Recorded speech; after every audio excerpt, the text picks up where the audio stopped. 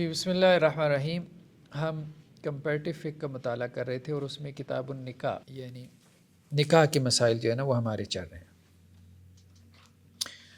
Last time ہم نے اس میں ولایت کی بات کی تھی، یعنی نکاح میں کوئی گارڈین ہونا چاہیے لڑکی کا، لڑکی کو خود سے نکاح نہیں کرنا چاہیے. کورٹ میرج کی بحثیں آ گئیں اس میں. اور تعدد ازواج یعنی ایک سے زیادہ نکاح کرنا، پولی گیمی جسے کہتے ہیں، اس کا بھی ذکر آیا تھا. آج ہم نے ذکر کرنا ہے نکاح میں کفاءت کا. کفاءت کا کیا کانسیپٹ ہے؟ برابری کا جسے کہتے ہیں کف، یعنی نکاح جو ہے وہ آپ کے ہم پلہ میں ہونا چاہیے، برابر کا رشتہ ہونا چاہیے. یہ کفاءت کا کانسیپٹ ہے. تو کفاءت کہتے ہیں مساوات کو، برابری کو، مماثلت کو. تو کفاءت کا کیا حکم ہے؟ ظاہری اسکول آف تھاٹ میں تو یہ ہے، امام ابن حزم علیہ رحمہ وہ کہتے ہیں بھائی بات یہ ہے کہ ایک ہی چیز ہے جس کا نص میں تذکرہ ملتا ہے، وہ یہ ہے کہ عفیف جو ہے یعنی جو پاک دامن ہے وہ عفیف سے ہی نکاح کریں، کسی بدکار سے نہ کریں. ٹھیک ہے؟ تو پاک دامن اور بدکار برابر نہیں ہے. یعنی ایک وہ ہے کہ جو زنا سے دور ہے اور دوسرا وہ ہے جو زنا میں پڑا ہوا ہے، ایڈلٹری میں پڑا ہوا ہے. تو یعنی عفیف اور پاک دامن مرد اور عورت زانی اور زانیہ سے نکاح نہ کرے، یہ وہ کہتے ہیں ابن حزم. اس چیز سے قرآن نے منع کیا. تو وہ کہتے ہیں کفاءت ایک چیز میں ہی ہے، اور وہ کیا ہے؟ پاک دامنی. اگر دونوں پاک دامن ہیں تو پھر مزید کچھ دیکھنے کی ضرورت نہیں ہے، ان کا نکاح آپس میں ہو سکتا ہے. یہ کس کا موقف ہے؟ ظاہری اسکول آف تھاٹ کا. کیونکہ وہ کیا کہتے ہیں؟ انما المؤمنون اخوہ، مومن آپس میں بھائی بھائی. ٹھیک ہے؟ ایک برادرہڈ ہے، تو اس بنیاد پہ وہ سب ایک برادری ہیں، تو آپس میں نکاح جائز ہے. دوسرا انہوں نے قرآن کی آیت سے استدلال کیا. اللہ تعالیٰ نے کہا فَانكِحُوا مَا طَابَ لَكُم مِّنَ النِّسَاء، جو عورتیں بھی تمہیں پسند ہو. اب جو بھی پسند ہو، یہ تھوڑی کہا ہے کہ فلاں سے ہو سکتا ہے فلاں سے نہیں ہو سکتا. جو پسند ہے اس سے نکاح ہو سکتا ہے. اور تیسرا وَأُحِلَّ لَكُم مَّا وَرَاءَ ذَلِكُم، اللہ نے ایک فہرست بیان کی کہ یہ عورتیں حرام ہیں جو ہم نے پڑھی تھی محرمات، اور ان کے علاوہ کے بارے میں کیا کہا کہ وہ تمہارے لیے حلال ہیں. تو وہ جو فہرست بیان کر دی کہ تمہاری ماں تمہارے لیے حرام ہے، تمہاری بیٹی، تمہاری بہن، ٹھیک ہے، تمہاری پھوپھی، تمہاری خالہ، اسی طرح سے تمہارے رضائی رشتے، تمہاری ساس یعنی مدر ان لا، تمہاری بہو، ٹھیک ہے، یہ تمہارے لیے کیا ہے؟ حرام ہے. لیکن اس کے علاوہ عورتیں دنیا کی سب حلال ہیں، کسی سے بھی تم نکاح کر سکتے ہو. تو وہ کہتے ہیں یہ پھر کفاءت کا کانسیپٹ کہاں سے آ گیا کہ برابری ہونی چاہیے. ٹھیک ہے؟ برابری ایک چیز میں، اور وہ ہے پاک دامنی. بدکار سے نکاح کرنے سے قرآن نے منع کیا. وہ آ رہی ہے نا آیت ذہن میں، الزانی لا ینکح الا زانیۃ او مشرکۃ، سورہ نور کے شروع میں. اسی طرح وہ کہتے ہیں کہ اللہ کے رسول صلی اللہ علیہ وسلم نے حضرت زینب کا نکاح کروایا. کس سے؟ حضرت زید سے. اب حضرت زید کا سوشل سٹیٹس کیا تھا کہ وہ ایک غلام تھے جن کو آزاد کیا گیا تھا. ٹھیک ہے؟ اور حضرت زینب کا سوشل سٹیٹس کیا تھا کہ وہ قریش کا خاندان تھا، اور قریش میں بھی اعلیٰ حسب نسب تھا، مطلب بنو ہاشم سے تھی نا. آپ صلی اللہ علیہ وسلم کی پھوپھی ذات تھیں. ٹھیک ہے؟ پھوپھی کی بیٹی تھیں آپ صلی اللہ علیہ وسلم کی. تو ان کا نکاح جو ہے وہ حضرت زید سے کیا گیا. ٹھیک ہے، وہ چلا نہیں، بعد میں ڈائیورس ہو گئی، سپریشن ہو گئی، طلاق ہو گئی. تو پھر آپ صلی اللہ علیہ وسلم نے خود حضرت زینب سے نکاح کیا. اسی طرح حضرت مقداد، ان کا نکاح کن سے ہوا؟ زبا بنت زبیر. حضرت زبیر جو آپ صلی اللہ علیہ وسلم کے چچا بھی تھے، ان کی بیٹی زبا سے ہوا. ٹھیک ہے؟ تو اس طرح سے امام ابن حزم علیہ رحمہ نے کچھ مثالیں بیان کی ہیں کہ دیکھیں اعلیٰ حسب نسب قریشی عورتوں کا نکاح جو ہے وہ عام آزاد کردہ غلام سے بھی ہو جاتا تھا، ایک عام آدمی سے بھی. تو اس کا مطلب یہ ہے کہ کفاءت میں کوئی حسب نسب نہیں آپ نے دیکھنا، کوئی مال و دولت آپ نے نہیں دیکھنی کہ مال و دولت میں برابری ہونی چاہیے، سوشل سٹیٹس میں، حسب نسب میں، خاندانی اعتبار سے، پیشے میں برابری ہونی چاہیے، ایجوکیشن میں برابری ہونی چاہیے. وہ کہتے ہیں بس صرف ایک چیز کی برابری ہے، اور وہ کیا ہے؟ پاک دامنی. بس اس سے زیادہ برابری کی ضرورت نہیں ہے. بلکہ وہ یہاں تک کہتے ہیں کہ جی فاسق فاجر سے بھی نکاح ہو سکتا ہے، اگر نہیں ہو سکتا تو ممانعت کی دلیل لاؤ. ٹھیک ہے؟ مطلب ایک دیندار ہے اور دوسرا فاسق فاجر ہے، کیا دونوں کا نکاح نہیں ہو سکتا؟ آپ کون کہے گا بھی نکاح نہیں ہوگا؟ تو کہتے ہیں برابر تو وہ بھی ہے، ایک نیکوکار ہے ایک گناہ گار ہے، دونوں کا نکاح ہو سکتا ہے. تو خیر بہرحال ایک تو یہ موقف ہے. امام ابن حزم علیہ رحمہ کا۔ دوسرا موقف یہ سامنے آیا کہ کفات سے مراد جو ہے وہ اخلاق ہے، دینداری اور اخلاق ہے۔ تو دیندار اور با اخلاق اگر کوئی ہے تو وہ آپ کے ہم پلہ کا رشتہ ہے۔ اب اس میں وہ یہ کہتے ہیں کہ جی اگر کوئی غریب ہے، مطلب خاتون امیر ہے اور کسی غریب مرد سے وہ شادی کرتی ہے، لیکن وہ غریب مرد میں دو کوالٹیز ہیں، دینداری اور اخلاقیات، تو یہ ہم پلہ رشتہ ہے، اس میں کفات ہے، مزید کفات کی ضرورت نہیں ہے۔ کفات دو چیزوں میں ہی ہے، برابری دو چیزوں میں مطلوب ہے، دینداری میں اور اخلاق میں۔ اگر دینداری اور اخلاق ہے تو یہ رشتہ چل سکتا ہے، دینداری اور اخلاق نہیں ہے دونوں سائڈ پہ تو یہ رشتہ نہیں چل سکتا۔ تو وہ یہ کہتے ہیں کہ جی دیکھیے رشتہ چلانے کے لیے چاہیے کیا رشتہ پیسوں سے چلتا ہے؟ کیا رشتہ حسب نسب سے چلتا ہے؟ کیا یہ بات کہی جا سکتی ہے کہ اعلیٰ حسب نسب والوں کا اخلاق بہت عمدہ ہوتا ہے اور جن کا حسب نسب کم تر ہوتا ہے تو ان کے اخلاق برے ہوتے ہیں؟ یہ بھی ہمارے یہاں ہوتا ہے کہ جی غریبوں کے بچے بدتمیز ہوتے ہیں۔ ہمارے یہاں امیروں میں یہ بھی بڑا مسئلہ ہے کہ ہم نے غریبوں کے اسکول میں اپنے بچے نہیں ڈالنے، ہمارے بچے گالیاں سیکھائیں گے۔ تو وہ کیا کرتے ہیں اپنے اسکولوں میں، ذرا وہ بھی دیکھ لیں، وہ کہاں سے سیکھتے ہیں؟ وہ تو بس آئس پیتے ہیں اور کچھ نہیں کرتے۔ ہاں، تو ڈرگز ایڈکٹ وہ ہیں، ڈرنک وہ کرتے ہیں، ٹھیک ہے، گالم گلوچ وہ کرتے ہیں، تو بدکاری میں وہ پڑے ہوئے ہیں، اڈلٹری میں وہ پڑے ہوئی ہیں، دنیا کی ہر برائی ان کے اندر ہے، ابیوسو لینگویج وہ استعمال کرتے ہیں، اخلاق نام کی کوئی چیز ان میں نہیں ہے۔ تو سارے اچھے اداروں سے پڑھیں، امیروں کے ماحول میں رہیں۔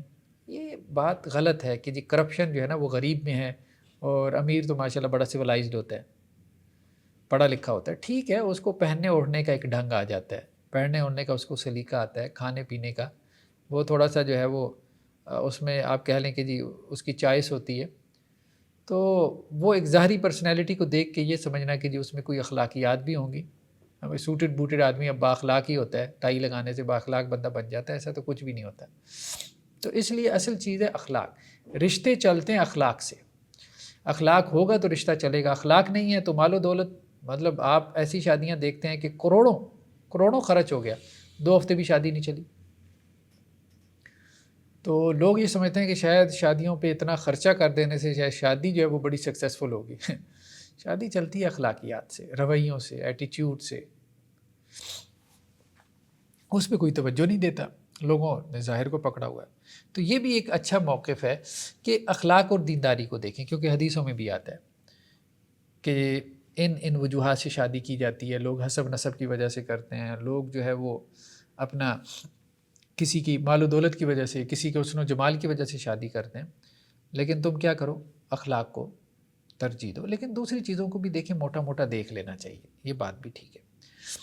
ڈاکٹر صاحب آج کل تو سوائے ان 2 چیزوں کے باقی سب کچھ دیکھا جاتا ہے۔ ہاں یہ بات بھی ٹھیک ہے کہ سوائے ان 2 کے باقی سب کچھ ہی دیکھا جاتا ہے، یہ بات بھی ٹھیک ہے۔ اچھا، انہوں نے استدلال کہاں سے کیا؟ قرآن کی آیت ہے، یا ایھا الناس انا خلقناکم من ذکر و انثی، اے لوگو ہم نے تمہیں ایک مذکر اور ایک مؤنث سے پیدا کی، یعنی آدم اور حوا سے، وجعلناکم شعوبا وقبائل لتعارفوا، اور ہم نے تمہارے قبیلے بنائے اور ہم نے تمہیں قوموں میں بانٹ دیا، ٹھیک ہے، تاکہ تم ایک دوسرے کا تعارف حاصل کرو۔ ان اکرمکم عند اللہ اتقاکم، دیکھو اللہ کے ہاں سب سے زیادہ عزت اور رسپیکٹ کس کی ہے؟ جو تم میں سب سے زیادہ متقی ہے۔ اللہ کے ہاں تمہارا مقام اور مرتبہ طے تمہارے تقویٰ سے ہوتا ہے، تمہارے دل کے اندر اللہ کا جو ڈر اور خوف ہے، جو اللہ کا تعلق ہے، اس سے اللہ کے ہاں تمہارا مقام اور مرتبہ طے ہوتا ہے، اس سے نہیں کہ تمہاری ظاہری شکل و صورت کیسی ہے، تمہارا حسن و جمال کیسا ہے، تمہارا سوشل سٹیٹس کیسا ہے، تمہارے گھر کیسے ہیں، تمہارا اٹھنا بیٹھنا کیسا ہے۔ اللہ کو یہ چیزیں اٹریکٹ نہیں کرتی، اللہ کو یہ چیزیں جو ہے وہ مطلب نہیں لبھاتی۔ جو چیزیں اللہ تعالیٰ کو پسند ہے وہ تقویٰ ہے۔ تو یہاں سے انہوں نے کہا کہ اصل میں تقویٰ اگر دونوں میں ہے تو دونوں میں کفات ہے، میاں بیوی میں اگر تقویٰ ہے تو دونوں لڑکی اور لڑکا برابر ہیں، ان کی شادی ہو سکتی ہے۔ ایک اور حدیث ہے سنن ترمذی کی کہ آپ صلی اللہ علیہ وسلم فرمایا، جب تمہارے پاس کسی ایسے شخص کا رشتہ آ جائے کہ جس کے دین کو اور اخلاق کو تم پسند کرتے ہو تو اس کا نکاح کر دو۔ یعنی رشتہ آیا تمہارے گھر میں کسی لڑکی کا، تمہاری بیٹی کا، تمہاری بہن کا، اور اس کے دین اور اخلاق کو تم پسند کرتے ہو تو پھر اس پہ ہاں کر دو۔ الا تفعلوا، اگر تم ایسا نہیں کرو گے، تکن فتنۃ فی الارض وفساد کبیر، تو زمین میں بہت بڑا فتنہ اور فساد برپا ہو جائے گا۔ ٹھیک ہے، وہ فتنہ فساد اب ہم دیکھ رہے ہیں، صحیح بات یہی ہے۔ تو جتنے بھی ہمارے قریبی حلقوں میں اب دیکھیں نا کہ جنہوں نے میرج بیورو کھولے ہوئی ہیں تو وہ یہی بتاتے ہیں بس کہ اتنے زیادہ لوگ جو ہے وہ رشتوں کے حوالے سے متلاشی ہیں، اتنے زیادہ، اور خاص طور پہ بچیوں کے مسائل بہت زیادہ، اوور ایج ہو رہی ہیں، ٹھیک ہے، رشتے نہیں ہیں، تو ایک ایک گھر کے اندر 2 2 3 3 4 4 5 5 7 7 بہنیں بیٹھی ہیں، رشتے نہیں مل رہے، اور مائیں پریشان ہیں، ڈپریشن میں جا رہی ہیں۔ اب اس میں بھی ایک بڑی وجہ کیا ہے، دیکھو انسانوں کو بھی سوچنا چاہیے نا، بعض اوقات کوئی رشتہ آپ کو مل رہا ہوتا ہے یا ماضی میں آیا تھا، لیکن انسان بہتر سے بہتر کی تلاش میں ہوتا ہے، وہ بہت زیادہ آئیڈیالسٹک ہو جاتا ہے، جب بہت زیادہ آئیڈیالسٹک ہو جاتا ہے تو ایک جو اپرچونٹی اس کو مل رہی ہوتی ہے نا، وہ اس کو لاس کر دیتا ہے، اور بعد میں وہ اپرچونٹی بھی نہیں ملتی، مطلب لڑکی کی بھی ایک ایج ہوتی ہے نا، ایک عمر ہوتی ہے، اس کے بعد اب ظاہری بات ہے کہ اس کا جو حسن و جمال ہے یا اس کی جو شکل و صورت ہے وہ ڈھلنا شروع ہو جاتی ہے، تو جیسے وہ کہیں کہ جی اب وہ اس طرح سے گڈ لکنگ نہیں رہ جاتی، تو یہ جو ایج ہے اس کی 16 17 18 20 سال تک کی، اس میں اگر اس کا رشتہ کوئی آ رہا ہے تو کر دیں بھائی، تھوڑا سا کمپرومائز کر لیں۔ 18 20 سال کا لڑکا ٹھیک ہے، اب اس طرح سے نہیں بنا ہوا ہوگا جیسا کہ اس کو ہونا چاہیے تھا، ہمارے یہاں ویسے بھی ذرا لڑکے جو ہے وہ ذمہ دار نہیں ہوتے، میچورٹی ان میں ہوتی ہے، لیکن یہ ہے کہ وقت کے ساتھ ساتھ اگر اس میں پوٹینشیل ہے، یہ دیکھ لیں کہ پوٹینشیل ہے اگر بچے کے اندر تو وہ کچھ بن جائے گا، آج نہیں تو 10 سالوں بعد بن جائے گا، ٹھیک ہے، اتنا دیکھنا کافی ہوتا ہے، یہی نہیں کہ جو اس نے 40 سال کی عمر میں بننا ہے وہ اب آپ کہیں کہ جی ابھی وہ ہو، ابھی تو وہ نہیں ہو سکتا۔ تو اب اس وجہ سے بہت زیادہ مسائل ہیں، بہت زیادہ مسائل ہیں ہمارے ہاں رشتوں کے جو ہے وہ اتنے زیادہ، مجھے بھی بہت سے لوگ کنسلٹ کرتے رہتے ہیں، پیرنٹس بھی اور دوسرے بھی، بندے کو سمجھ نہیں آتی، تو یہ وہی فتنہ اور فساد برپا ہو رہا ہے، ڈیٹنگ کلچر عام ہو رہا ہے، اور جو ہے وہ، اور اس میں اب بعض اوقات اولادیں بھی جو ہے وہ اپنے پیرنٹس کو متوجہ کرتی ہیں، اب یہ بھی بہت ہے، لڑکے ہوں لڑکیاں ہوں، بہت دفعہ وہ کہتے ہیں کہ جی پیرنٹس کو بہت کہتے ہیں جی ہماری شادی کر دیں کر دیں کر دیں، لیکن نہیں کرتے، اور بعض اوقات کوئی معقول رشتہ آتا بھی ہے جی فیملی سے باہر ہے، ٹھیک ہے، اس وجہ سے نہیں کرتے، اور بعض دفعہ ان کے مسائل یہ ہوتے ہیں جی ہمارا وہ سوشل سٹیٹس کا نہیں ہے، حالانکہ وہ دیندار لڑکا ہوتا ہے۔ تو کہنے کا مقصد یہ ہے کہ والدین بھی اس میں کوئی میچورٹی کا مظاہرہ نہیں کرتے، چونکہ ان کے اپنے مسائل نہیں ہوتے اس وقت ذہنی، یا لڑکیوں میں تھوڑی سی انسیکیورٹی بھی ہوتی ہے اس حوالے سے کہ جی ساری زندگی اب اکیلے رہنا کوئی آسان کام تو نہیں، ابھی تو والدین ہیں چلے چل جائے گا معاملہ، لیکن یہ ہے کہ اس کے بعد کیا اکیلے کے اپنے آپ بندہ سروائیو کر پائے گا، تو بہت مشکل ہے تنہائی کی زندگی بھی گزارنا۔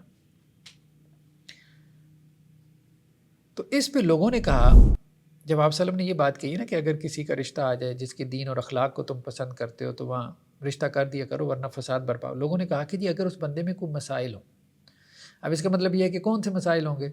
غربت ہوگی، ٹھیک، یہی مسئلہ ہوگا نا، سب سے بڑا مسئلہ تو یہی ہوتا ہے، یا پھر یہ ہے کہ جی چلے شکل و صورت میں وہ کوئی بہت اچھا نہیں ہوگا، ٹھیک ہے، کوئی بہت ہینڈسم نہیں ہوگا، تو آپ صلی اللہ علیہ وسلم نے پھر بھی فرمایا دیکھو کر دیا کرو، نکاح کر دو۔ دیکھیں ہمارے دین کا جو پرسپیکٹو نا وہ یہ ہے کہ دنیا گزارنے کے لیے، مطلب کتنی، مطلب اب دیکھیں نا شادی کی ایوریج ہمارے یہاں جو ایج ہے وہ کیا 25 سال ہے، اس کے بعد کتنی لائف ہوگی 30، یعنی آدھی زندگی تو آپ پہلے ہی گزار چکے، باقی جو آدھی بھی ہے جسے آپ کہہ رہے ہیں وہ کتنی لمبی ہے 30 سال 30 35 سال، اب اس 30 35 سال کے لیے آپ 10 سال مزید سوچ کے گزار دیتے ہو یعنی 20 سال جو آپ نے گزارنا ہے شادی کی لائف، جسٹ آپ نے اس کو گزارنا ہے، کسی طرح ایمان کے ساتھ گزر جائے، ایمان کے ساتھ گزر جائے، ٹھیک ہے۔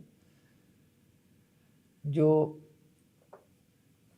کھانا ہے یہ انسان کی بیسک نیڈ ہے، کھانا بیسک نیڈ ہے، انسان کھانے کے بغیر نہیں رہ سکتا، سروائیو نہیں کر سکتا، لیکن اچھا کھانا یہ ہماری بیسک نیڈ نہیں ہے، KFC میکڈونلڈ، ٹھیک ہے، ہوٹلنگ کرنا یہ ہماری بیسک نیڈ، اس کے بغیر انسان اپنے آپ کو سمجھا سکتا ہے، رہ بھی سکتا ہے، سروائیو کر سکتا ہے۔ شادی انسان کی بیسک نیڈ ہے، لیکن اچھی جگہ شادی یہ کوئی بیسک نیڈ نہیں ہے، ٹھیک ہے۔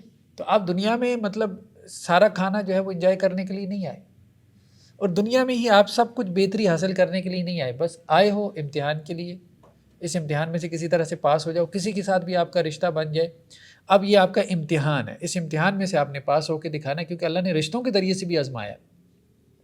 تو شادی کو دیکھنے کا ایک پرسپیکٹو تو یہ ہے کہ شادی مزہ ہے، ٹھیک ہے، اور ایک پرسپیکٹو کیا ہے کہ یہ امتحان ہے، کہ اللہ نے جیسے مال و دولت سے آزمایا اسی طرح اللہ نے رشتوں سے بھی آزمانا ہے، اولاد سے بھی آزمانا ہے، بیوی بچوں سے بھی آزمانا ہے، شوہروں سے بھی آزمانا ہے. اس آزمائش میں تم نے کامیاب ہو کے دکھانا ہے. بس ہر کوئی آ رہا ہے اپنا رول پلے کر کے چلا جائے. لیکن اس طرح سے لوگ بہت کم سوچتے ہیں. ہم ایسے سینسٹیو ہو جاتے ہیں کہ جیسے پتہ نہیں کتنے ہزار سال ہماری عمر ہے اور ان ہزاروں سالوں کا ہم نے کوئی فیصلہ کرنا ہے اور ہم نے بڑا کوئی سوچ سمجھ کے فیصلہ کرنا ہے اور کوئی چن کے جو ہے وہ تلاش کر کے کوئی شہزادہ یا شہزادی لے کے آنی ہے. اب وہ شہزادہ یا شہزادی اس کی آپ کہہ لیں کہ جی تلاش میں انسان کی عمر جو ہے وہ ڈلنا شروع ہو جاتی ہے اور وہ ملتا پھر بھی نہیں ہے. ہاں بعض اوقات مل بھی جاتا ہے. جب آپ کو وہ مل جاتا ہے آپ کا شہزادہ یا شہزادی تو وہ یہ کہتی ہے کہ جی میں تو آپ کا شہزادہ شہزادی ہوں لیکن آپ میرے شہزادے یا شہزادی نہیں ہیں. مطلب میں تو آپ کا آئیڈیل ہوں سو ہوں لیکن آپ میرے آئیڈیل نہیں ہیں. وہ کسی اور آئیڈیل کی تلاش میں. تو کوئی آپ کا آئیڈیل ہوگا لیکن آپ اس کے آئیڈیل نہیں ہوگے. بس یار بس لائف ہے، گزارو. ایک مناسب سا رشتہ مل گیا بس ٹھیک ہے، دماغ کے اوپر چیزیں سوار نہ کرو، آگے چلاؤ. بس یہ ہے، اس طرح سے لائف. کون فی دنیا کاننا کا غریب ہو عابر و سبیل. دنیا میں ایسے رہو جیسے تم مسافر ہو یا راہ گزر ہو. تو اب مسافر مطلب کس طرح سے کوئی رستے میں جو ہے وہ گھر بنانا شروع کر دیتا ہے؟ نہیں، اس طرح سے تو نہیں. مسافر تو بس سفر میں ٹھیک ہے کچھ چیزوں کی ضرورت پڑتی ہے، ٹھیک ہے، آپ وہ چیزیں اپنے پاس رکھیں. آپ اپنا بیگ جو ہے وہ اس کو کیری کریں، اپنے پاس رکھیں، اپنے کپڑے وپڑے جوتے شوتے جو بھی سفر میں چیزیں ضرورت کی ہیں. لیکن مسافر مسافر ہوتا ہے، وہ ریزیڈنٹ کی طرح بیہیو نہیں کرتا. تو بہت سے معاملات میں ہم نے جو ہے وہ دنیا کو ایسے جیسے کوئی مستقل ٹھکانہ سمجھ کے نا ہم اس کو اس کے ساتھ وہ ایک ڈیلنگ شروع کر دیتے ہیں دنیا کے ساتھ یا دنیاوی معاملات میں. اس سے پھر مسائل پیدا ہوتے ہیں. تو وہ جو بہت سوچ کے، اب ہمارے بھی جاننے والوں میں کچھ ایسے ہیں کہ جب شادیاں ہوئی تو لوگ کہتے تھے سورج چاند کی جوڑی ہے، اور واقعتاً تھا، دونوں بہت آئیڈیل تھے، لیکن میزریبل جو ہے وہ لائف ہے، قابل بیان نہیں ہے. تو مطلب ہم کن چیزوں کے پیچھے پڑ گئے ہیں؟ یہاں کچھ بھی ایسا نہیں ہے اس دنیا میں جس میں کوئی پائیداری ہے. تو وہ جو انسان کا آئیڈیل رشتہ ہوتا ہے وہ آئیڈیل رشتہ بھی بس وہ ملنے سے پہلے آئیڈیل ہوتا ہے. جب مل جاتا ہے اس کی حیثیت بھی وہ ایسی ہوتی ہے جیسے بچے کو کھلونا پسند ہوتا ہے، 2 دن کھیل کے اٹھا کے پھینکتا ہے اس کو. یہ صورت ہے. تو ہمارے پاس ایسے بھی کیسز آتے ہیں کہ وہ جیسے وہ کہتے ہیں خون سے خط لکھتے تھے، لیٹر لکھتے تھے. مطلب ایسی محبت تھی. تو اب ان کی کاؤنسلنگ کرنی پڑتی ہے. صورتحال یہاں پہنچی ہوئی ہے کہ ایک دوسرے کی شکل نہیں دیکھنا چاہتے. لائف کو اللہ نے ایسے ہی بنایا، ایسے ہی بنایا. تو آپ کی خوابوں کا شہزادہ سارا کچھ جس کے لیے آپ جینا مرنا چاہتے تھے، کسی کو وہ نہیں ملا، وہ اس کی جو ہے وہ وصال میں ساری زندگی ساری فراق میں ساری زندگی جو ہے وہ سوچتے سوچتے گزار دیتا ہے. جس کو مل گیا تو اس کی محبت بس پھر کیا اس پہ بندہ تبصرہ کرے. چلے باہر. اسی طرح یہاں پہ ایک روایت لے کے آئے ہیں حضرت زینب رضی اللہ عنہ جو آپ وسلم کی کزن تھیں. تو آپ صلی اللہ علیہ وسلم نے ان کو کہا کہ جی زید کے لیے ہم رشتہ بھیجتے ہیں. حضرت زید آپ صلی اللہ علیہ وسلم کے اڈاپٹڈ چائلڈ تھے اور آزاد کردہ غلام تھے. تو آپ صلی اللہ علیہ وسلم نے اپنی کزن کے لیے اپنے اڈاپٹڈ چائلڈ کا رشتہ بھیجا. تو انہوں نے انکار کر دیا کہ جی یہ تو میرے ہم پلہ نہیں. اور ان کے بھائی عبداللہ نے بھی انکار کر دیا، جی ہمارا ہم پلہ نہیں ہے، ہم تو قریشی لوگ ہیں، ہم کہاں شادی کریں، مطلب لوگ ہمیں آر دلائیں گے، کہاں شادی کر دی. تو اب اس پہ جو قرآن مجید کی آیات نازل ہوئیں کہ دیکھو اللہ اور اس کے رسول صلی اللہ علیہ وسلم ایک چیز کو پسند کر رہے ہیں تو اب اس میں ناپسندیدگی کا اظہار نہ کرو. خیر بہرحال وہ پھر حضرت عبداللہ نے بھی کہا، حضرت زینب نے بھی کہا آپ صلی اللہ علیہ وسلم کو جب یہ آیات نازل ہوئیں تو انہوں نے کہا کہ جی اللہ کے رسول آپ جہاں شادی کرنا چاہتے ہیں آپ کر دیں. تو آپ صلی اللہ علیہ وسلم نے حضرت زید کے ساتھ اپنی کزن کی شادی کر دی، حضرت زینب کی. لیکن وہ شادی زیادہ چلی نہیں. اس میں ایک چیز تو یہ دکھانی تھی کہ قانونی اعتبار سے اس کا جواز موجود ہے، ہو سکتا ہے، ٹھیک ہے، ہم پلہ ہونا یا کفات حسب نسب کے اعتبار سے یہ کوئی شرط نہیں ہے، لازمی کنڈیشن نہیں، ٹھیک ہے. یہ دکھانا مقصود تھا جس کے لیے یہ کام ہوا. قریشی کی شادی غیر قریشی سے ہو سکتی ہے. جیسے ہمارے یہاں بڑا بنایا ہوا ہے ایک طبقے نے کہ جی سید کی شادی جو ہے نا، جو سید ہے اس کی غیر سید سے نہیں ہو سکتی. عجیب ہے. تو اب تو ہمارے سید بھی ایسے ہیں کہ کسی کے پاس کوئی نسب نامہ بھی نہیں ہے، ٹھیک ہے. تو لطیفہ معروف ہے نا کہ جب یہ پارٹیشن ہوئی تھی تو یہ سارے ہندوستان سے آ رہے تھے. تو جب پاکستان میں داخل ہونے لگے تو بارڈر کے پاس رک کے کہنے لگے کہ کیا کریں گے. تو صاحب نے کہا کیا کرنا کیا ہے، بس شادی بن جائیں گے. سید بن جائیں گے.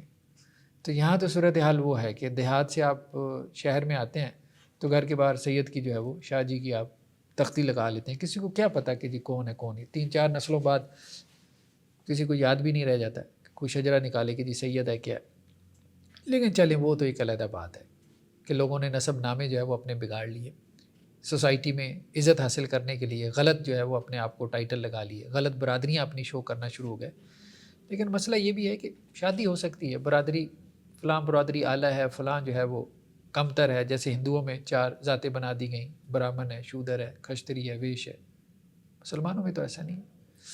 ایسا یہ جو اس طرح برادری بدلنا یہ وہ اس حدیث کے نہیں آتا کہ باپ بدلنے والی بات. ہاں برادری بدلا باہر ایک جھوٹ تو ہے نا, جھوٹ تو ہے, اس کو کذب کہا گیا. ہاں یہ غلط ہے. اسی طرح انہوں نے اور بھی حدیثیں بیان کی ہیں, واقعات کی طرف تذکرہ کیا. ابو حذیفہ انہوں نے جو ہے وہ سالم کا نکاح جو ہے وہ ہند بنت ولید بن عتبہ بن ربیعہ, یہ ظاہر بات قریش کے سرداروں میں سے تھے, ٹھیک ہے, تو ان کی بیٹی ہند سے کیا. حضرت بلال کی جو نکاح ہوا تھا, حضرت بلال حالانکہ حبشی غلام تھے, ٹھیک ہے, حضرت عبد الرحمن بن عوف کی بہن سے ہوا تھا ان کا نکاح. حضرت علی سے سوال ہوا رضی اللہ عنہ کہ نکاح میں کیا کفات ضروری ہے, مساوات برابری حسب نسب میں ہم پلہ ہونا ضروری ہے؟ تو انہوں نے کہا نہیں بس ٹھیک ہے, لوگ ایک دوسرے کے برابر ہیں, کافی ہیں. ٹھیک ہے, جب لوگ ایمان لے آئے, اسلام قبول کر لیا تو اب وہ آپس میں برابر ہیں. اور یہی مالکی اسکول آف تھاٹ کا موقف یہی ہے کہ اصل میں کیا ہے, دینداری اور اخلاق یہ برابری ہے. اس کے علاوہ حسب نسب کی, دولت کی, سوشل سٹیٹس کی, ایجوکیشن کی, یہ اس کی کوئی امپورٹنس نہیں.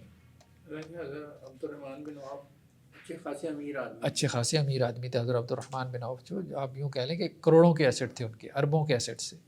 بلال صاحب صوفہ ایسے ہی ہے. لیکن پھر بھی میجورٹی جو فقہا کی ہے وہ یہ کہتے ہیں کہ جی کفات میں جو ہے کچھ اور چیزیں بھی آ جاتی ہیں, یعنی دینداری اور اخلاق کے علاوہ بھی کچھ چیزوں کو ہمیں دیکھنا چاہیے رشتہ کرتے ہوئے. دیکھیں یہاں تک اگر بات ہے کہ دیکھنا چاہیے تو اس میں کوئی حرج نہیں, دیکھنا تو ہمیں چاہیے, کیونکہ اگر حسب نسب میں دونوں طرف سے اچھے ہیں, سوشل سٹیٹس دونوں کا برابر ہے, یا اس میں ایجوکیشن میں دونوں اچھے ہیں, تو ایک ذہنی کمپیٹیبلٹی ہوتی ہے, ایک جو ہے وہ فریکوینسی جیسے آپ کہتے ہیں کہ جی میچ کر جاتی ہے, تو دیکھنے میں تو کوئی حرج نہیں ہے. انسان کی خواہش ہوتی ہے کہ اس کی شادی حسب نسب والے خاندان میں ہو, اس کی بیوی حسین و جمیل ہو, عورت کی خواہش ہوتی ہے اس کا خاوند اچھا کماتا ہو, ہینڈسم ہو. تو یہ ساری فطری خواہشات ہیں, اس کا ہم انکار نہیں کر سکتے. لیکن کیا یہ ضروری ہے ان کا لحاظ کرنا؟ تو ہم یہ بات کریں ان کا لحاظ ضروری نہیں. جس کا لحاظ ضروری ہے وہ دینداری اور اخلاق ہے.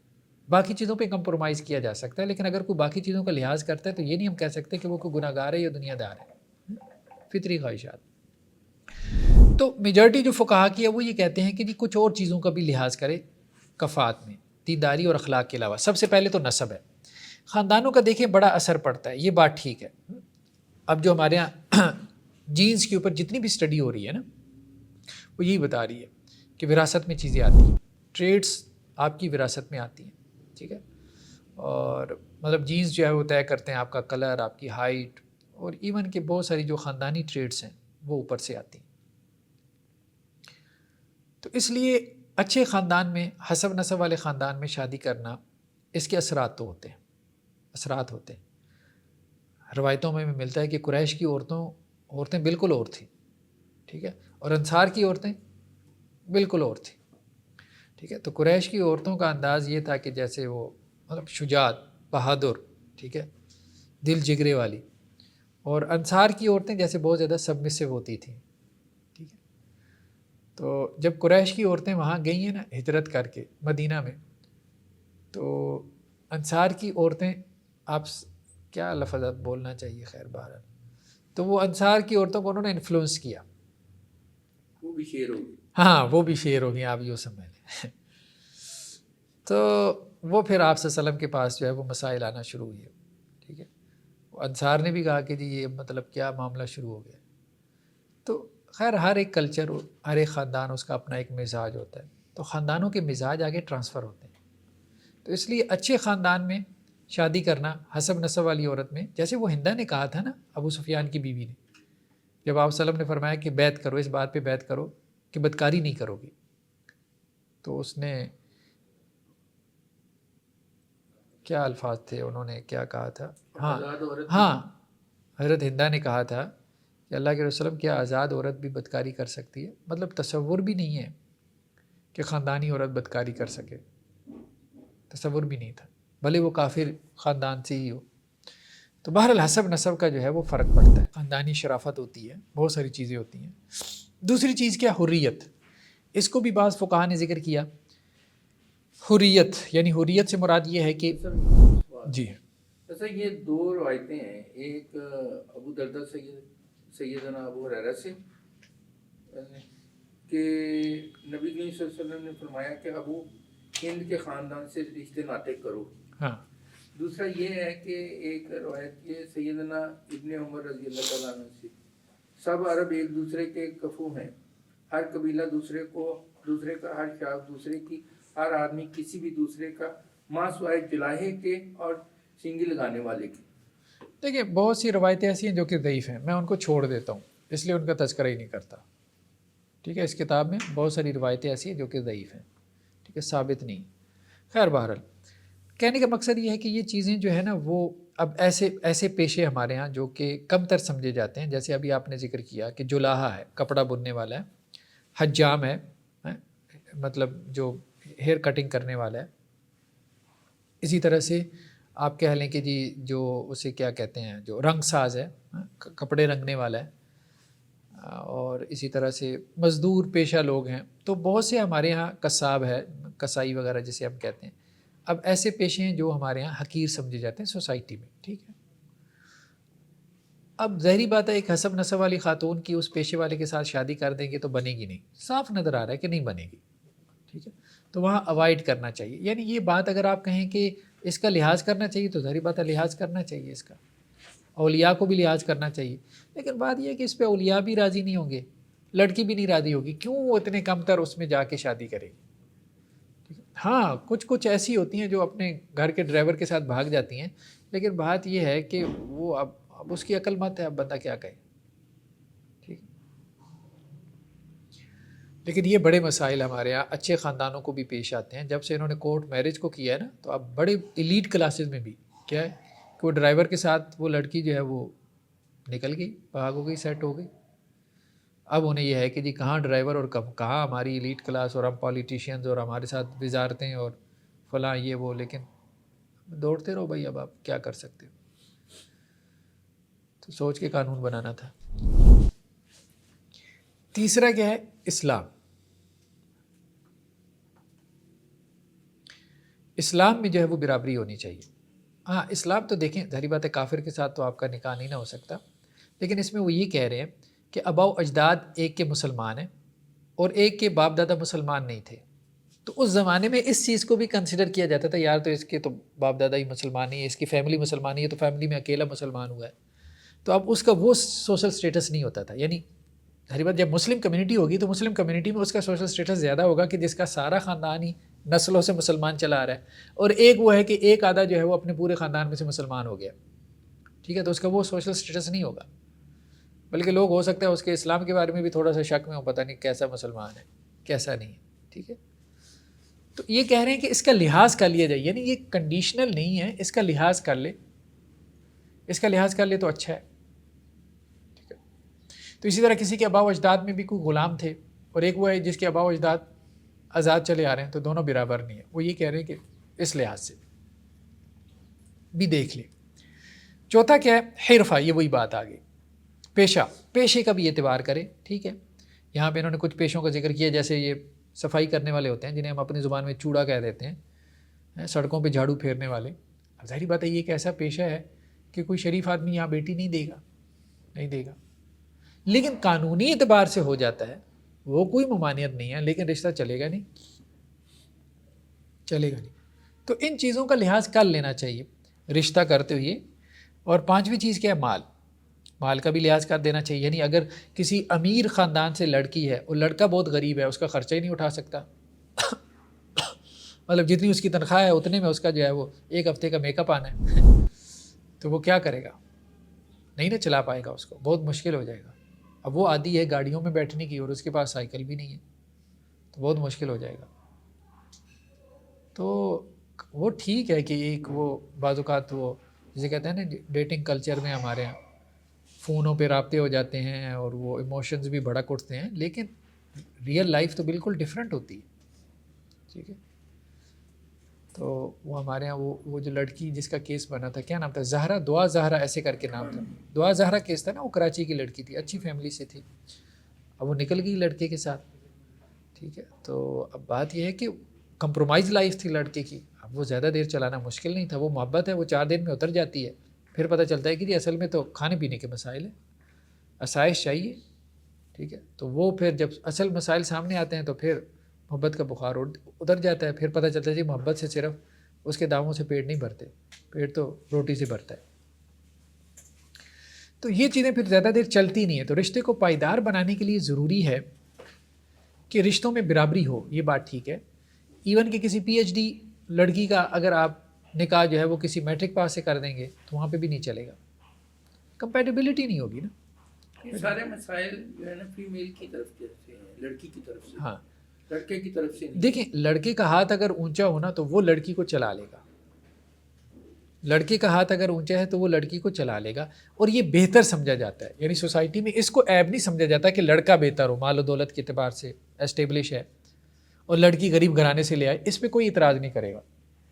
تو وہ کہیں گے لڑکی کی تو ذمہ داری ہے، اس کو تو بہتر ہونا ہی چاہیے. یعنی لڑکے کے بارے میں تو ایکسپیکٹیشن یہی ہے کہ وہ لڑکی سے بہتر ہو ہر اعتبار سے، مال و دولت میں، حسن و جمال میں، سوشل اسٹیٹس میں، ایجوکیشن میں، تبھی تو وہ چلائے گا، تبھی تو اس کا روب قائم ہوگا. وہ قوام ہے، وہ ذمہ دار ہے، ذمہ دار وہی بن سکتا ہے جو بہتر ہو، ٹھیک ہے. اور ایک طرف ہم اس کو ذمہ دار بنا رہے ہیں، دوسری طرف جس کو وہ لے کے آ رہے ہیں وہ اس سے بہتر ہو، تو وہ کیسے ذمہ داری نبھائے گا؟ بہت مشکل ہو جائے گا. تو یہ معاملہ ہے اصل میں. اسی طرح ایک اور چیز کا ذکر کیا انہوں نے، عیوب. بعض اوقات کوئی معذور ہے، ٹھیک ہے، تو پھر بھی مشکل ہے. اب لڑکا اگر معذور ہے تو اب لڑکی جو ہے وہ معذور نہیں ہے، تو لڑکی کے لیے ایکسیپٹ کرنا مشکل ہو جائے گا. لیکن بعض اوقات چل بھی جاتی ہے، مطلب لڑکے کی جاب وغیرہ اچھی ہو، مناسب انکم ہو، تو ٹھیک ہے، لڑکی اس پہ کمپرومائز کر لیتی ہے. تو وہ پھر لڑکی کے اوپر ہے کہ وہ کمپرومائز لائف جو ہے وہ گزار لے تو گزار لے. لیکن کفات کا لحاظ کر لیا جائے تو یہ اچھا ہے.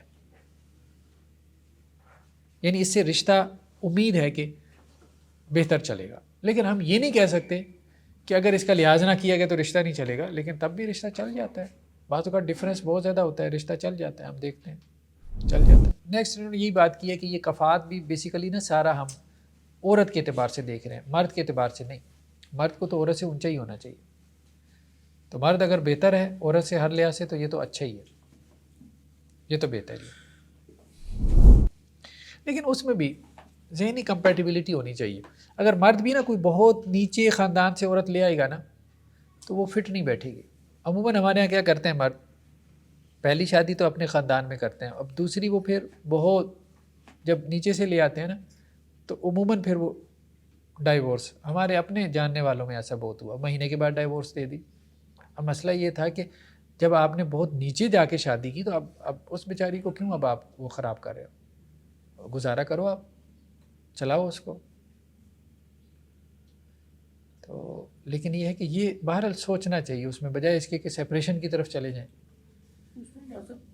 کچھ اور ہوتی ہیں نکاح کرنے والی. ہاں ایک اور بھی مسئلہ ہوتا ہے ہمارے یہاں، اصل میں مرد کیا کرتا ہے، دوسری شادی کرتا ہے پہلی کو نا وہ ستانے کے لیے، ہاں پہلی کو دبانے کے لیے، آپ یوں سمجھ لیں. تو یا آپ یوں کہیں پہلی کو کنٹرول کرنے کے لیے وہ کیا کرتا ہے، دوسری شادی کرتا ہے. اچھا وہ جب دوسری شادی کر لیتا ہے نا تو وہ پہلی اس کے قریب ہو جاتی ہے، وہ اس کے کنٹرول میں آ جاتی ہے، ٹھیک ہے. اب وہ کہتی ہے اب میں تو کنٹرول میں آ گئی ہوں، اس سے فارغ کرو، اور وہ دوسری کو فارغ کر دیتا ہے. یہ ہمارے یہاں سارا تماشا ارد گرد چل رہا ہے. میرے پاس اتنے کیسز ایسے آتے ہیں، ٹھیک ہے. وہ بھائی شادی کرو ضرور کرو، لیکن گھر بسانے کے لیے کرو، پہلی کو دبانے کے لیے نہیں، پہلی کو کنٹرول کرنے کے لیے نہیں. وہ تو آٹومیٹیکلی ایسے ہونا ہے کہ اس نے تو جی حضوری کرنی ہے آپ کی، جب دوسری آ جائے گی پھر آپ کیا کرو گے، دوسری کو خراب کرو گے؟ نہیں، غلط بات ہے. مقصد کے رسول اللہ صلی اللہ علیہ وسلم کی شادیاں مقصد کے تحت ہیں. آپ صلی اللہ علیہ وسلم کی جتنی شادیاں 50 ایئرز آفٹر، نہیں 50 نہیں 53 کے بعد ہیں، ٹھیک ہے.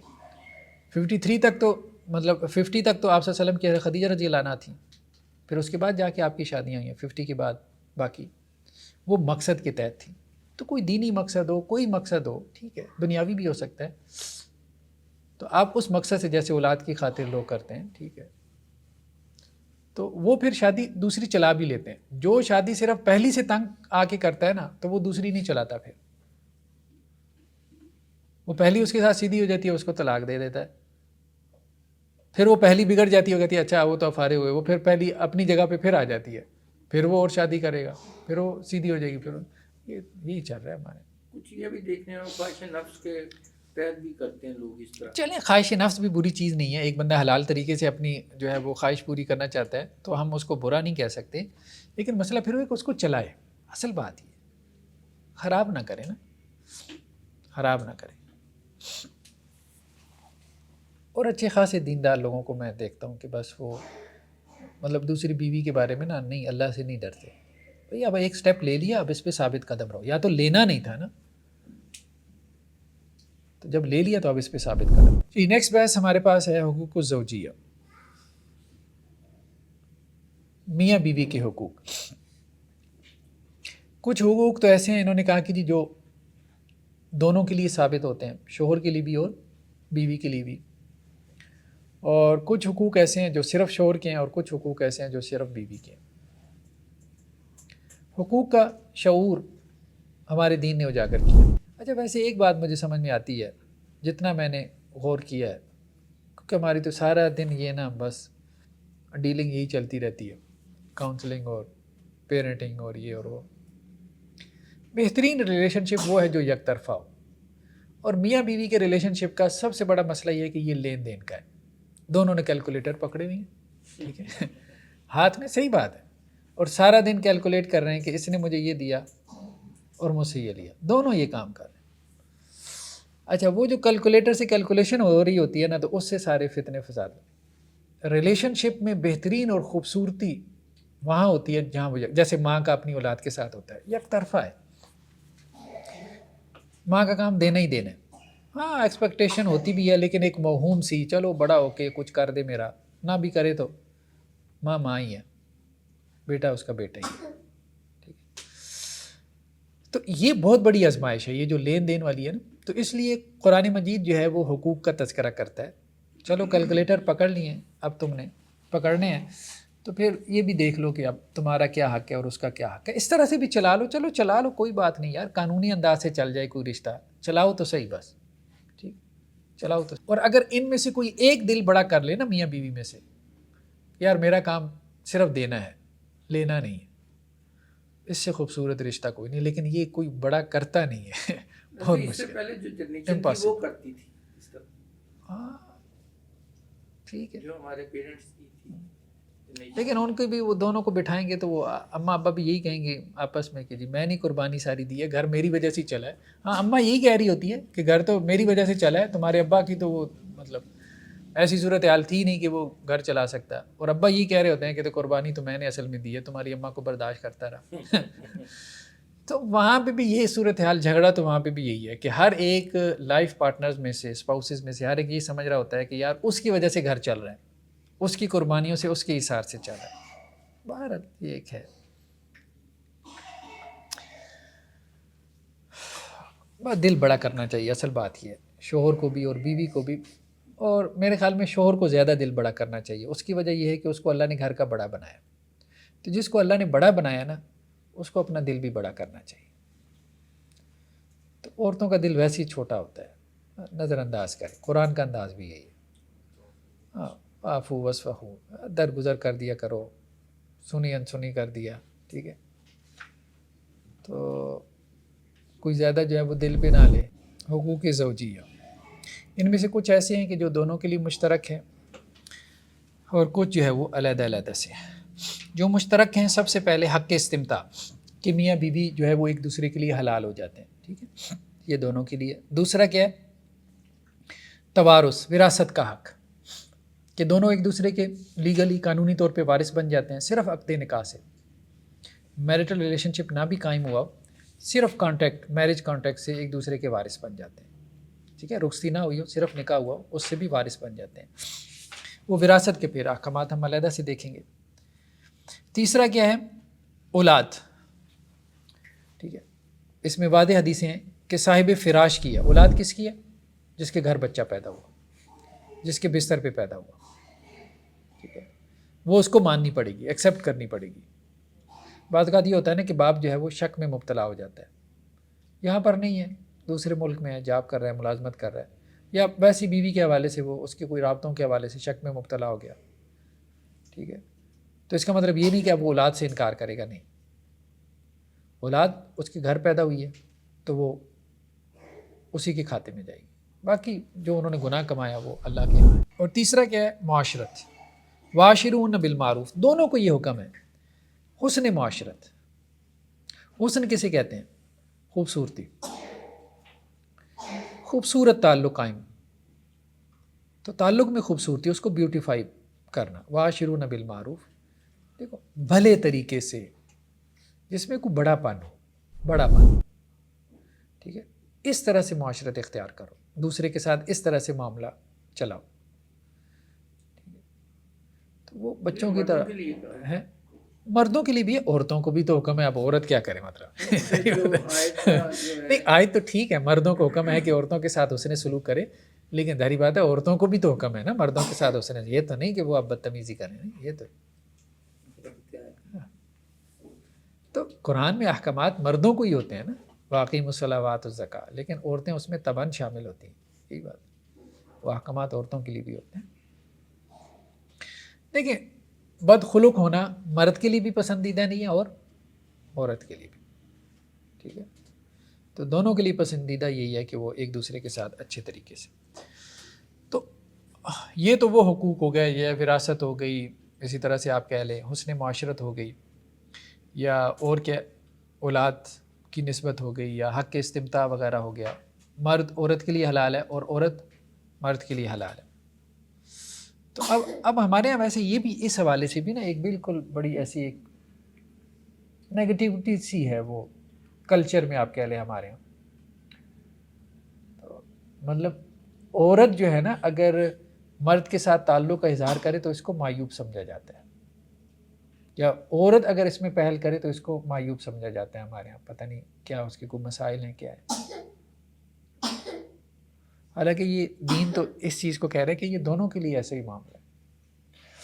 چلے بار نیکسٹ یہ ہے کہ عورت کے حقوق، تو عورت کے کچھ تو مالی حقوق ہیں، مالی حقوق میں اس کا حق مہر ہے، حق مہر عورت کا حق ہے، ٹھیک ہے، تو مرد کا نہیں ہے، ٹھیک ہے، مرد نے جو ہے وہ عورت کو حق مہر دینا ہے۔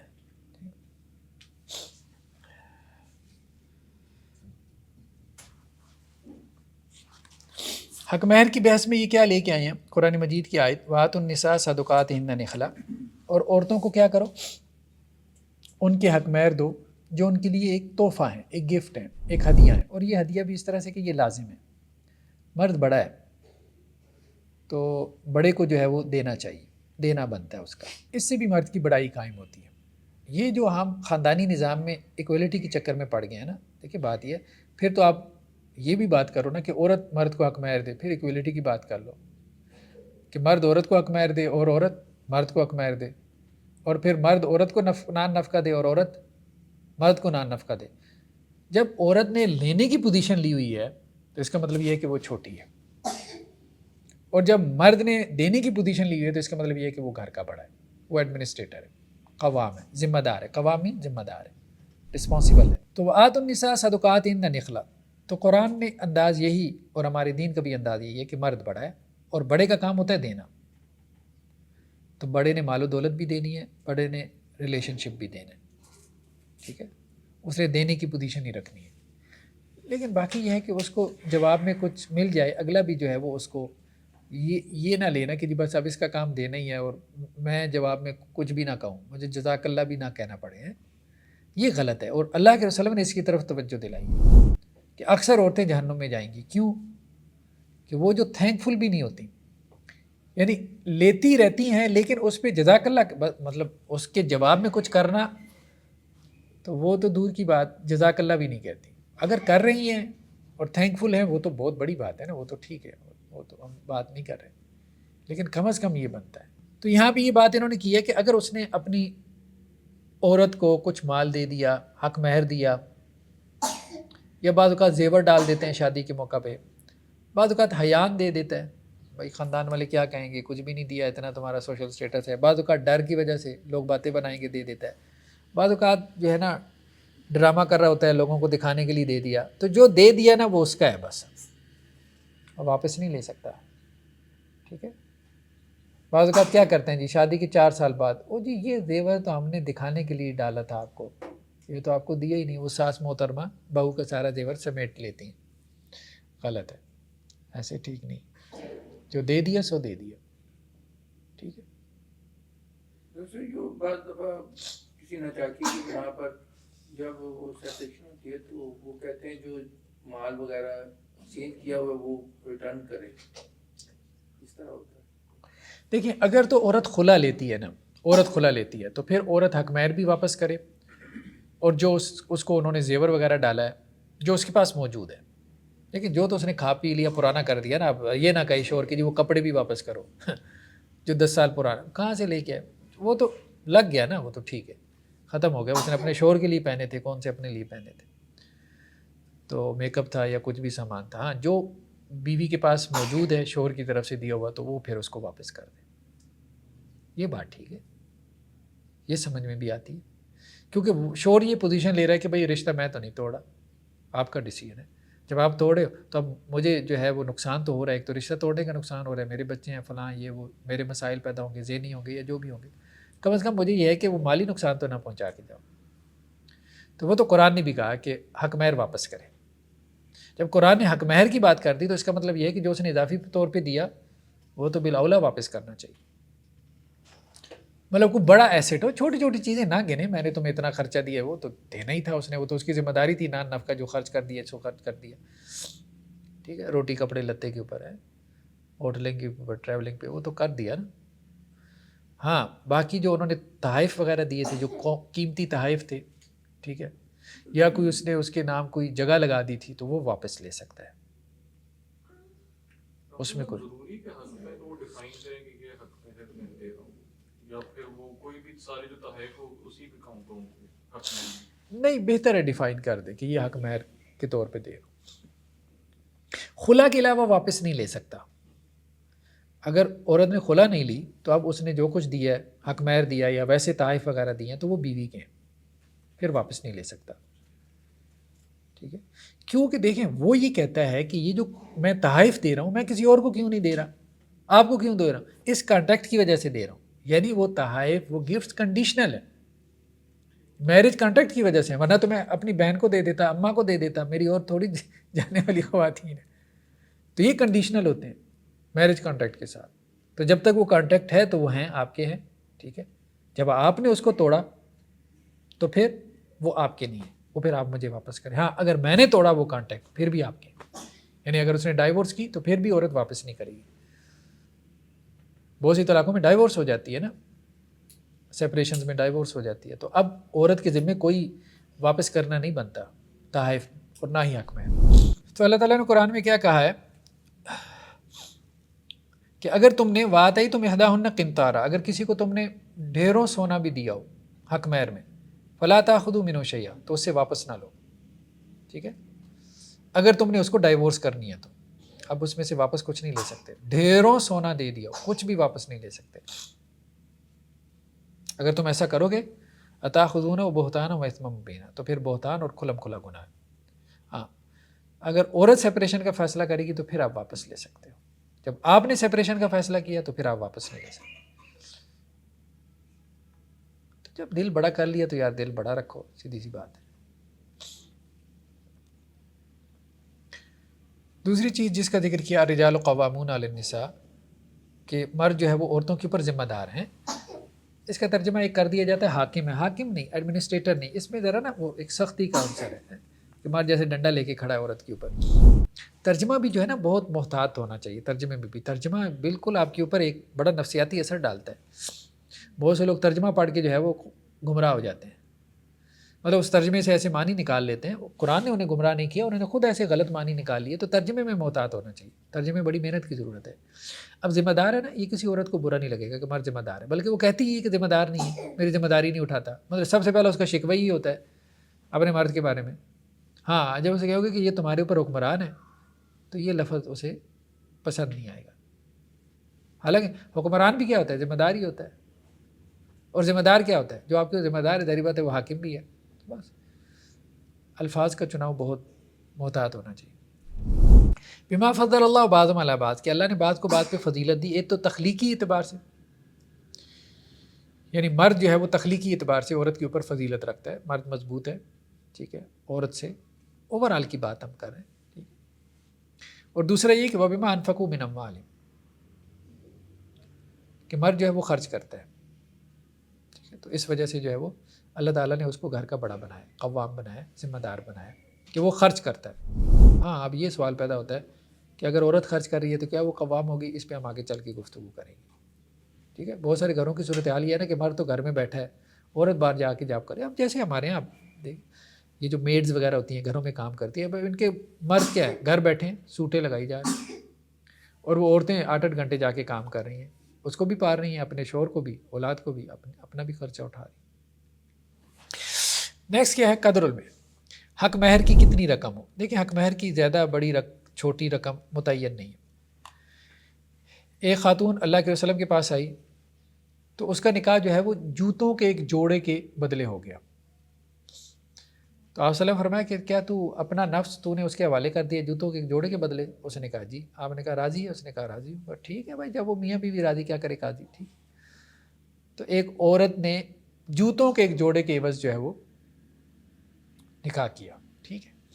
آپ وسلم نے اس کو جاری کیا. ایک اور روایت یہ کہتے ہیں کہ جی ایک خاتون آپ وسلم کی خدمت میں آئیں اور اس خاتون نے کہا اللہ کے نبی وسلم میں نے اپنے آپ کو آپ کے لیے ہبہ کیا.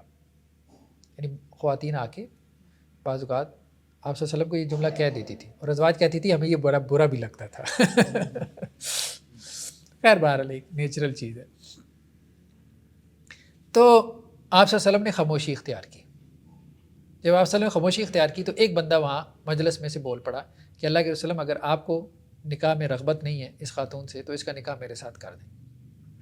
تو آپ صلی اللہ علیہ وسلم نے فرمایا کیا تمہارے پاس کچھ ہے جو اس کو حق مہر کے طور پہ دے سکو؟ تو اس نے کہا کہ جی میرے پاس تو صرف میرا ازار ہے, تہمد ہے, تہمد باندھا ہوتا تھا نا, بس اتنا ہی کپڑا ہوتا تھا جس سے انسان اپنا سطر چھپا لے. تو اللہ کے رسول نے کہا یہ تم نے اس کو دے دیا تو خود کیا کرے گا؟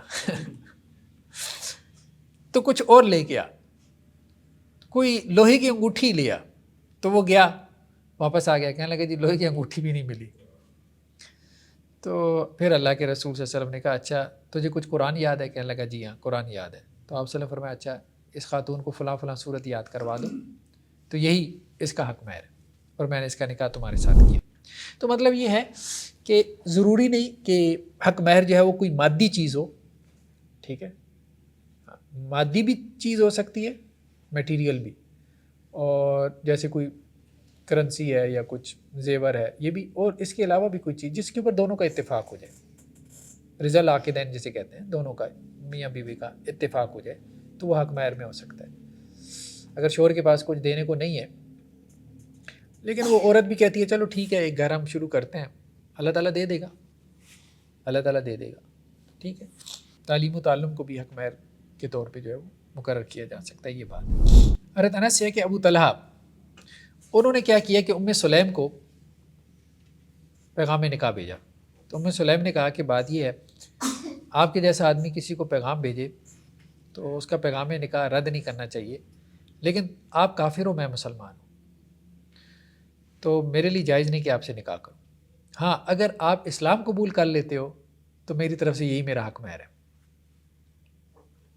میں آپ سے اور کچھ نہیں مانگتی. تو اس نے اسلام قبول کر لیا, انہوں نے اسلام قبول کر لیا تو اسلام کو حق مہر بنا لیا گیا, ٹھیک ہے. لیکن آناف یہ کہتے ہیں کہ کم از کم حق مہر جو ہے وہ 10 درہم ہو, اور مالکیہ کہتے ہیں کم از کم 3 درہم ہو. لیکن اس کی جو دلیل ہیں وہ ضعیف روایات ہیں. صحیح روایات سے یہی پتہ چلتا ہے کہ کم از کم کی کوئی مقدار مقرر نہیں ہے. حق مہر کچھ بھی ہو سکتا ہے, کم از کم میں کچھ بھی ہو سکتا ہے, ٹھیک ہے. اور زیادہ سے زیادہ میں بھی کچھ بھی ہو سکتا ہے، کیونکہ قرآن نے کیا ذکر کیا؟ قنطار کا۔ حضرت عمر رضی اللہ عنہ کے بارے میں آتا ہے نا کہ انہوں نے کیا کیا کہ ایک مرتبہ لوگوں کو کہا کہ جی 400 درہم سے زیادہ کسی نے حق مہر نہیں مقرر کرنا، منع کر دیا۔ تو قریش کی ایک عورت کھڑی ہو گئی اور اس نے کہا کہ اللہ تعالیٰ نے یہ بات کہی ہے، وَآتَيْتُمْ إِحْدَاهُنَّ قِنطَارًا، کہ تم اپنی کسی بیوی کو قنطار بھی دے سکتے ہو، ڈھیروں سونا چاندی، اور آپ کہتے ہیں 400 درہم سے زیادہ حق مہر نہیں مقرر کر سکتے۔ تو حضرت عمر نے فیصلہ واپس لے لیا، ٹھیک ہے، کہ میرے ذہن میں یہ آیت نہیں تھی۔ بعض اوقات انسان کے ذہن میں کوئی آیت مستحضر نہیں ہوتی، ٹھیک۔ پھر اس کے بعد انہوں نے کہا جتنا مرضی حق مہر مقرر کرو۔ تو حق مہر زیادہ سے زیادہ ہو سکتا ہے، کروڑوں میں بھی ہو سکتا ہے اور روپوں میں بھی ہو سکتا ہے، ڈپینڈ کرتا ہے دونوں کی باہمی رضامندی سے۔ باقی ایک چیز جس کو فقہا کہتے ہیں مہر مثل، مہر مثل ہونا چاہیے۔ اصل بات یہ مہر مثل کہتے ہیں کہ سوشل سٹیٹس کے مطابق۔ اب ایک مرد جو ہے وہ کروڑوں میں کما رہا ہے، اب وہ کہے کہ جی میں نے شرعی حق مہر، وہ ہمارے ہاں جو 32 روپے پتہ نہیں کتنے یہ بھی فضول بات ہے۔ بھائی آپ کی اچھی سیلری، اچھی آمدن ہے، اچھا حق مہر دو بیوی کو، اس کا دل خوش کرو، اس کو ٹھنڈا کرو۔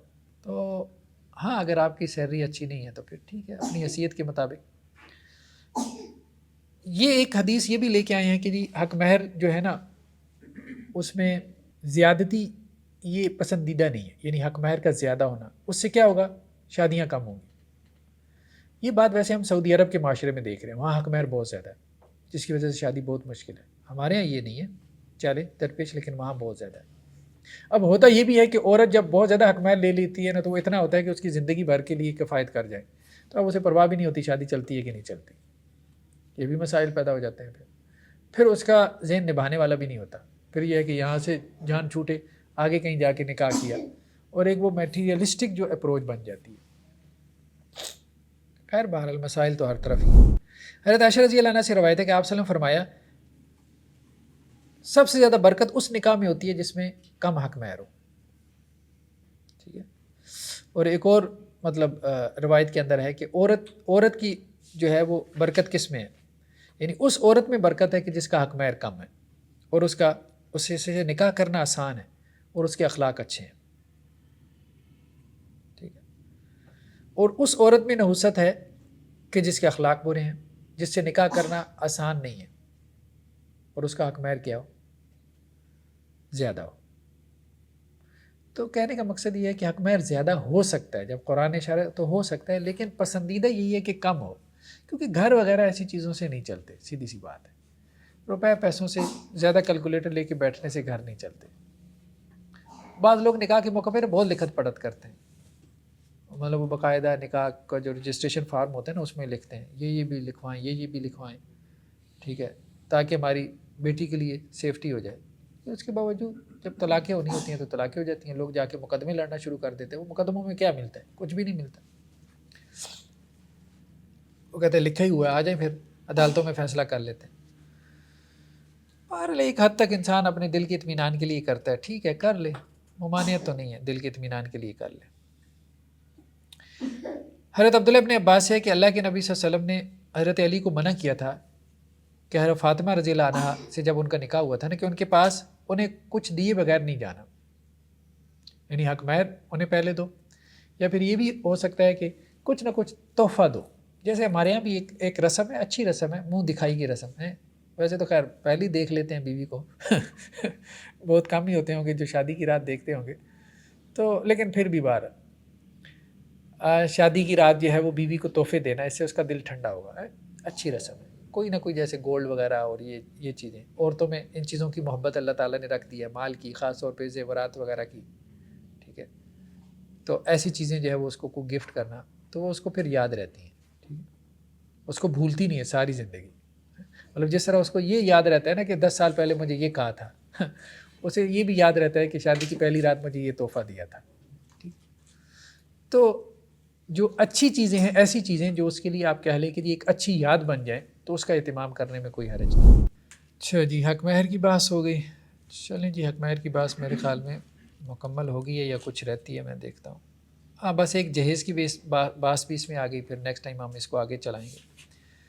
جہیز دیکھیں، جہیز سے مراد کیا ہے؟ جو بیٹی کو سامان دیا جاتا ہے، ٹھیک ہے، والدین کی طرف سے۔ ہمارے یہاں کلچر ہے بر صغیر کا، خاص طور پہ ہندوؤں سے آیا یہ کلچر اس میں کچھ روایتیں بیان کی جاتی ہیں لیکن وہ روایتیں صحیح درجے کی نہیں ہیں یا ان کو بھی صحیح طرح سے انٹرپریٹ نہیں کیا جاتا. ایک تو یہ کہ حضرت علی رضی اللہ عنہ سے جب آپ وسلم نے اپنی بیٹی فاطمہ کی شادی کی تو فاطمہ کے لیے آپ نے ایک چادر دی, ایک تکیہ دیا, ٹھیک ہے, جس کے اندر ازخر گھاس تھی, اور ایک آپ نے مشک دی, پانی جمع کرنے کے لیے آپ کہنے کے لیے واٹر کولر ٹائپ چیز ہوتی تھی مشک.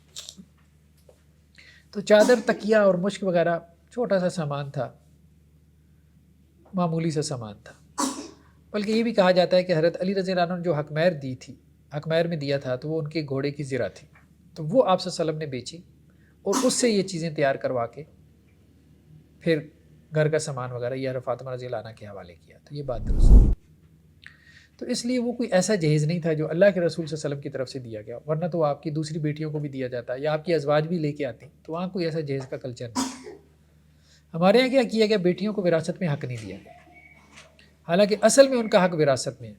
وراثت میں حق دیتے نہیں ہیں, جہیز دے کے فارغ کر دیتے ہیں. تو جہیز ایک رسم ہے, اصل چیز ہے وراثت میں اس کو حق دیا جائے. تو باقی یہ بچوں کے ساتھ بھی پھر ڈسکریمنیشن ہو جائے گی کہ بچوں کو جو ہے وہ اگر آپ بیٹی کو وراثت میں بھی حصہ دے رہے ہیں اور اس کو جہیز بھی دے رہے ہیں اور لڑکوں کو کہہ رہے ہیں کہ اپنا خرچہ خود کرے, تو یہ ان کے ساتھ ڈسکریمنیشن ہے, ان کے ساتھ زیادتی ہے, یہ پھر درست نہیں ہے. باقی یہ ہے کہ شادی بیاہ کے موقع پہ کچھ والدین وغیرہ تحفے تحائف دے دیں تو کوئی حرج نہیں ہے, نمود و نمائش نہ کریں, آگے پیچھے دے دیں. بعض اوقات ہوتا ہے کہ آپ کی بیٹی جو ہے وہ مطلب جہاں آپ بیاہ رہے ہیں وہ لڑکا سٹیبل نہیں ہے, تو اب ظاہر بات ہے باپ کی تو خواہش ہوتی ہے کہ بیوی ہماری جو بیٹی ہے اولاد ہے وہ سکون سے رہے, تو وہ کچھ نہ کچھ سپورٹ کر دیتے ہیں لڑکے کو. تو بہتر یہی ہے کہ سپورٹ اس کو کرے ان ٹرم کہ جی مطلب کہیں اس کو جاب لگوا دی, کچھ اس طرح سے کر دیا کہ وہ اپنے پاؤں پہ کھڑا ہو. اگر آپ اس کو مسلسل دینا ہی شروع کر دیں گے تو وہ پھر اس کے لیے بھی اچھا اثر اس پہ نہیں پڑے گا. باقی کچھ تحفے تحائف شادی کے موقع پہ آگے پیچھے دے دینے میں کہ جی کو گھر کا وہ سرکل وغیرہ چل جائے تو حرج بھی نہیں ہے, مطلب اس کو کوئی حرام کہنا بھی درست نہیں ہے. اصل چیز یہ کہ اس کو ایک رسم نہ بنائیں کہ وہ سوسائٹی میں اس طرح سے عام ہو جائے کہ لوگ اس کو کوئی قانون سمجھ لیں, اور جو غریب نہیں دے سکتے تو وہ بھی پھر کیا کریں, قرض لے کے جو ہے وہ دینے کی کوشش کریں, اور جو جہیز نہیں بھی لے کے آتی ہیں پھر ان کو بھی تانے پڑیں. تو یہ غلط ہے, یہ نہیں ہونا چاہیے. تو بہرحال اللہ سے دعا ہے اللہ تعالیٰ عمل کی توفیق دے. چلیں جی, آج اتنا ہی کافی ہے. سبحانک اللہم و بحمدک نشہد ان لا الہ الا انت